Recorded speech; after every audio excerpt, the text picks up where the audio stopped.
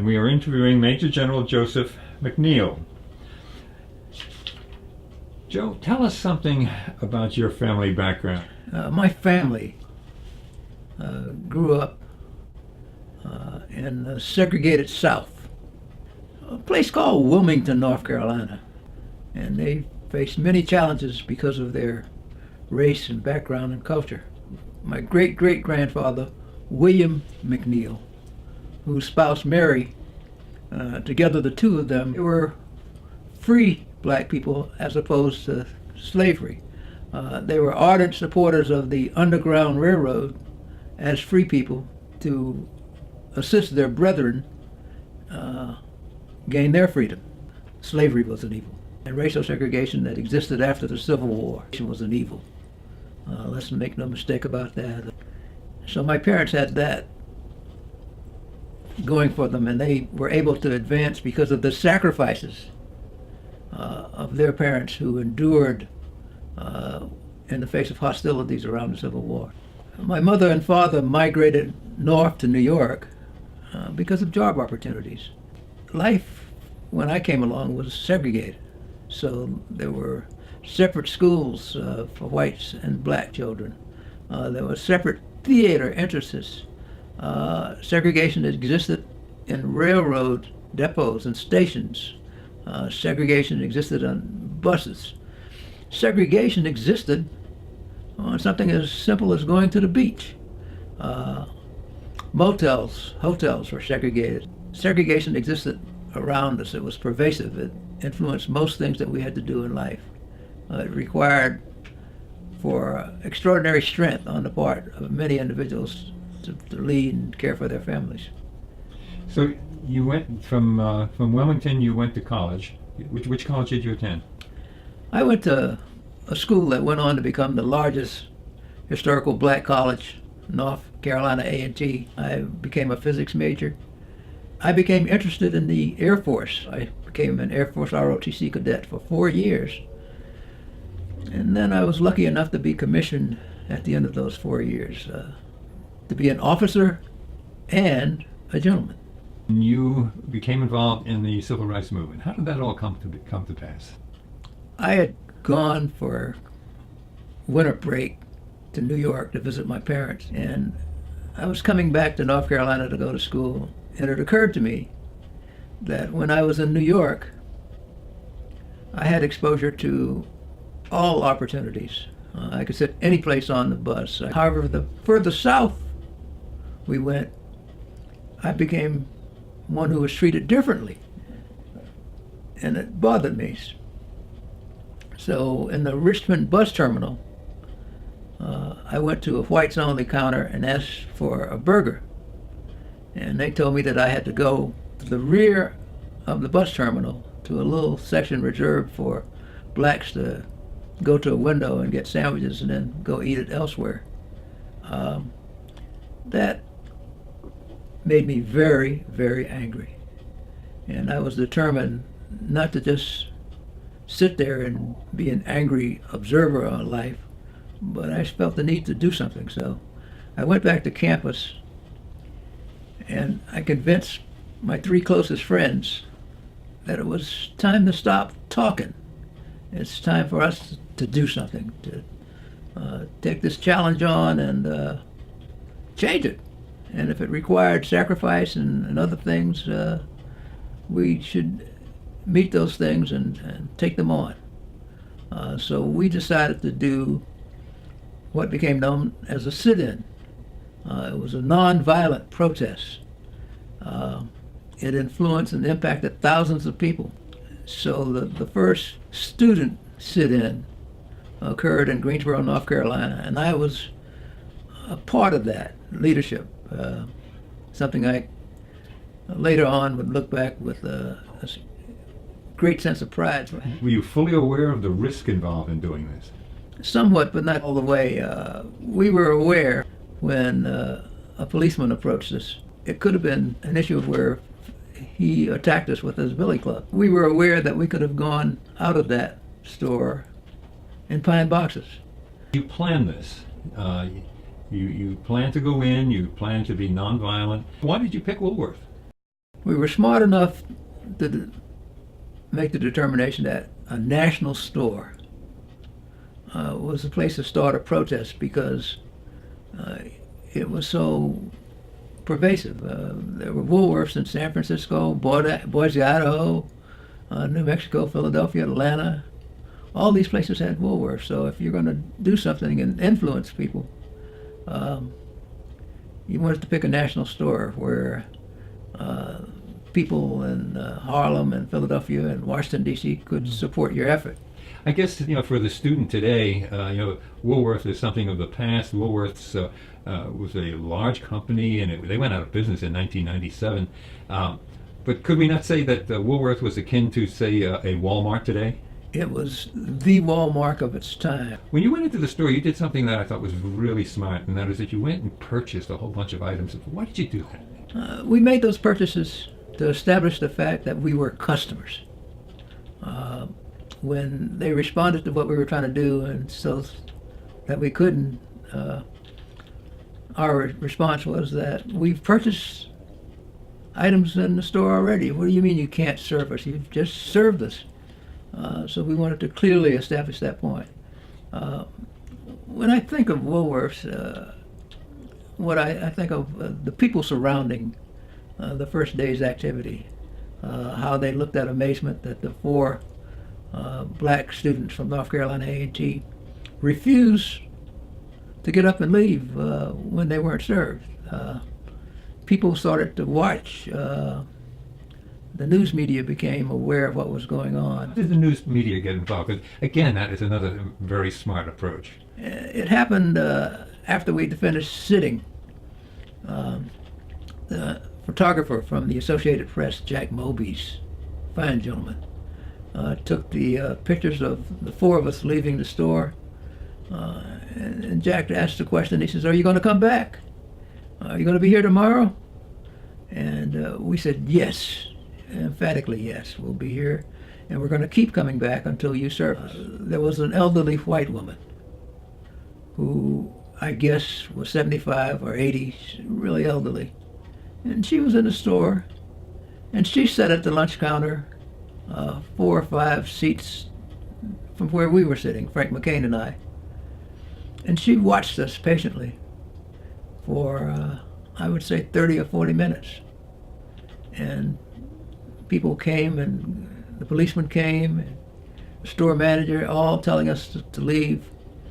And she came and approached us and said, "Boys, I'm disappointed with you." And Frank McCain said, "Ma'am, why would you be disappointed of me? You don't know me." And the woman took one hand and put it on Frank's shoulder and the other hand on my shoulder. And she said, "I'm disappointed because it took you so long to do what you're doing." And what happened on the second day? The second day we had, you might call the reserves. We went back to campus and convinced student leaders and others to join us, to be a part of this change. The conversation would go like this: "I need your help. We're starting a protest, but if you're going to join us, you must be nonviolent. If you can't be nonviolent, we acknowledge your support, but it doesn't help us." We had to explain the risks as we saw them at the time. The fact that you might go to jail, the fact that you might be attacked. You might be attacked by the Klan or others. You weren't being paid. So you might later on not be able to get a job because of your activities. There were all types of risks that needed to be evaluated, and for a group of novices to pull this off was, in retrospect, kind of amazing. We were underestimated in our capabilities and our, what I call our staying power. The store manager commented years later that he thought we'd quit after the first day, and he didn't want to have us arrested because of the attention that would draw. But he thought of us in the sense that we were college kids of the time, not serious about much. and certainly not somebody who would sit and take on something big. You're looking at, you've grown from 4 people to over 50, 60 people. Did they take up all the seats on the counter, or how did you work that?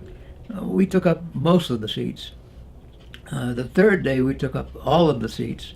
The third day was the day when a few elements from the white community joined us. 3 white co-eds from UNC Women's College came and sat down beside us, and they would occupy seats because they were white and they were given access to the seats. But they would get up and in turn provide those seats to black students, and that angered some elements of the local population. We had to provide escorts by members of the football team. They were threatened with dismissal from college if they continued to participate, so we thank them for their effort. Well, by now the local law enforcement people are obviously involved. You've got the press there. What was the atmosphere on the, say, second and third day? Second and third day were days when elements from some of the rural areas became involved. Hooligans. His main job was to provoke the students who were sitting in and who had a high sense of decorum. Well, these folks came along and they did things like taking cigarettes and grounding those cigarettes in the black students' coats, and lots of shoving and pushing, and the policemen did a mixed job. I mean, it could have been worse. But each locale in the country was different. We were happy to have police protection and expected it, as any citizen would. In other communities, for example, Selma, Alabama, it was different in terms of how the police handled violence, or provoked violence, and were the ones doing the violent things. How many days did the sit-in last? The first sit-in lasted for 6 or 7 days, and then we started a negotiation session with the local store and the national headquarters, who viewed this as a local issue until it spread. The sit-in spread to 54 southern cities, which is phenomenal. Absolutely unpredictable. Yeah, 13 states. Spontaneous. And people who were friends of segregation were totally unprepared to stop this. The other key element was the economic impact. Over time, this was going to take a huge amount of money out of the system for Woolworth. The city was tarnishing their national reputation. So lots of things were being impacted far beyond our initial expectations. Okay, these sit-ins were in the first week of February 1960. How long did it take before the counter was actually integrated? Between negotiation and continual picketing, the stores decided to integrate in July. Interestingly, Bob, when I got back to campus after the stores were integrated in September, starting out the year as a sophomore, I've had some sense of obligation to at least go to the store and to order some item to see the response. I ordered apple pie and coffee, and quickly made the determination that the apple pie sucked and the coffee was horrible. Was there a lifelong philosophy that resulted out of this? For many of us, our appreciation of what we needed to do as a country. We believed in the Bill of Rights, those sentiments expressed in the Gettysburg Address, equality of mankind. We also had a strong sense that we were God's children, and that we all needed to be respect. So we learned those kinds of things, respect. We developed a keen sense of integrity You have to have a sense of what's right and be able to stand by it. So we were blessed to have experienced some of these things in life. It made us better citizens. It made us better people. As Frank McCain would say, this was a down payment on our freedom as Americans. And it impacted. Let's switch gears and look at your Air Force experience. You finish at school, you graduate, you're commissioned on the same day that you graduate from college. Tell us about your commissioning. My commissioning was a very proud day. My dad, my hero, my role model, was there to pin on my bars on one of my shoulders, probably the left shoulder. And my colleague, who was an activist at the time, Jesse Jackson, wanted to be a part of the effort, and he pinned a bar on my other shoulder. So that was the start of my Air Force career. I became a navigator. As an officer, experiencing many things that I had not experienced in the South growing up. The Officer Corps had made major steps in becoming an integrated service. The Tuskegee Airmen had made major contributions in getting black citizens into the aviation business. My first occasion to work closely with people of my age group, older, who were different than me in terms of color. We learned to build trust relationships. Some white kid from Alabama, I had to rely on that kid to make sure that my airplane functioned properly. And that kid in turn had to rely on me. The Air Force and the Armed Forces became fairer in their approaches, all for the good of our country.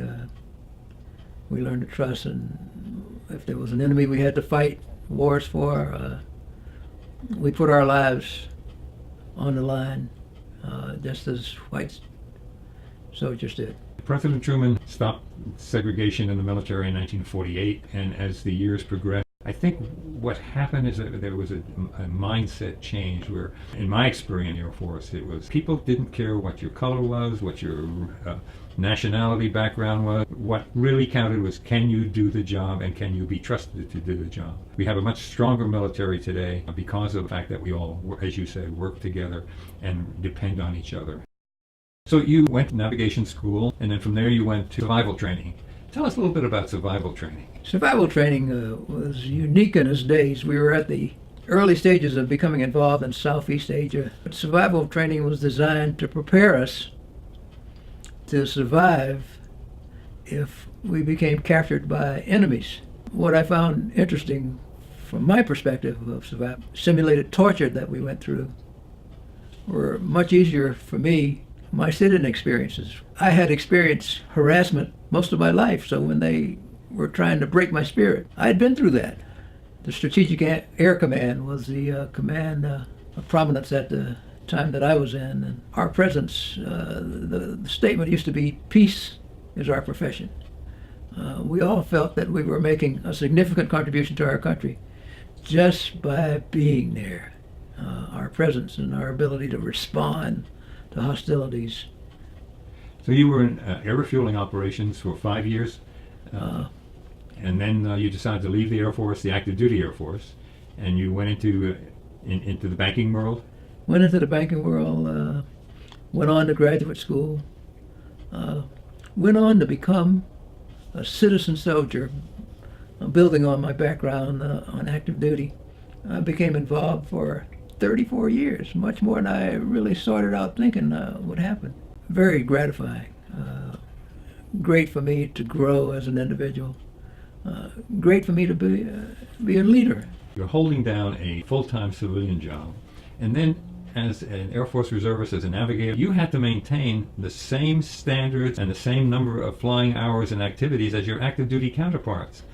Typically you would work all week, then Friday night you would show up at the base, and early on Saturday morning you would take off and fly to Europe or to Thule, Greenland, or wherever, stay over to Saturday night, and on Sunday you would fly home. You'd get home late Sunday night, and Monday morning you went to work. Is that not true? Isn't that exactly what you did? That is absolutely true. And you would do that sometimes three weekends a month. You were one of the first navigators to become a squadron commander. Can you tell us something about that? Navigators were, at the time, second-class citizens. We didn't have access to all of the opportunities. The opportunity to command had to be